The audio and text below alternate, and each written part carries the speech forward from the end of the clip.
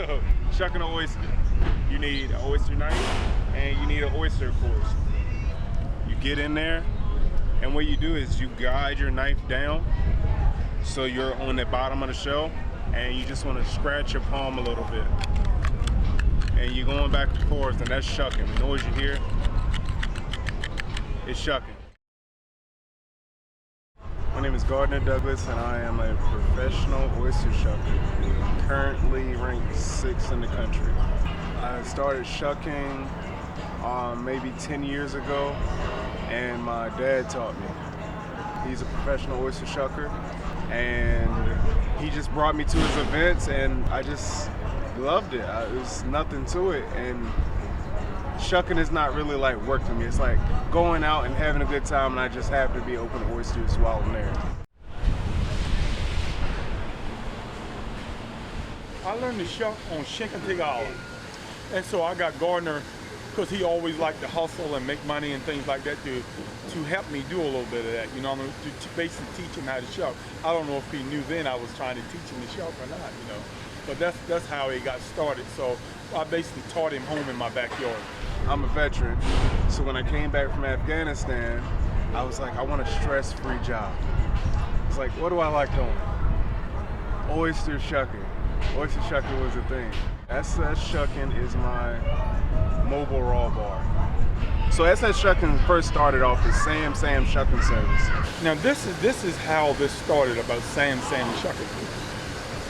I had a friend of mine that used to order oysters down to the shucking house where I used to work at, and he would have me to come over and shuck them for him. And he would invite friends around, like on Saturday evenings and things, you know. So when I would pull up in the yard, they always say, "Here comes Sam the shucking man." So when I moved up to DC, my dad saw the level I was taking it to, or the route it was going, and he was like, you need to make it your own.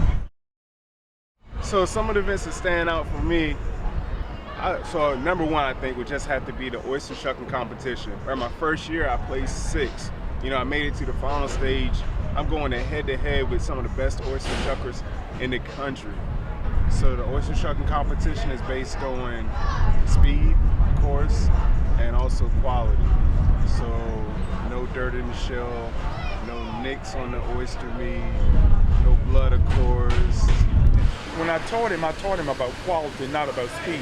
I used to actually tell him, don't worry about the speed. Only quality matters, you know what I mean?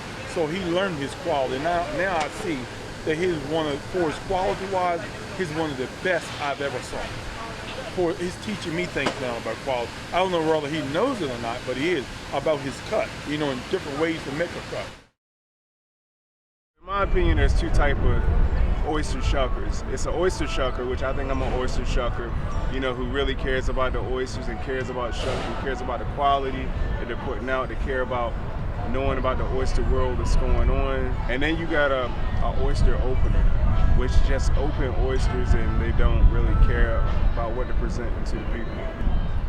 It's hard on the family. A shucking life is hard on the family. So right now, for the most part, I'm shucking 7 days a week. You always want to be out there. You want to be at every event, every festival. You know, you want to hit everything.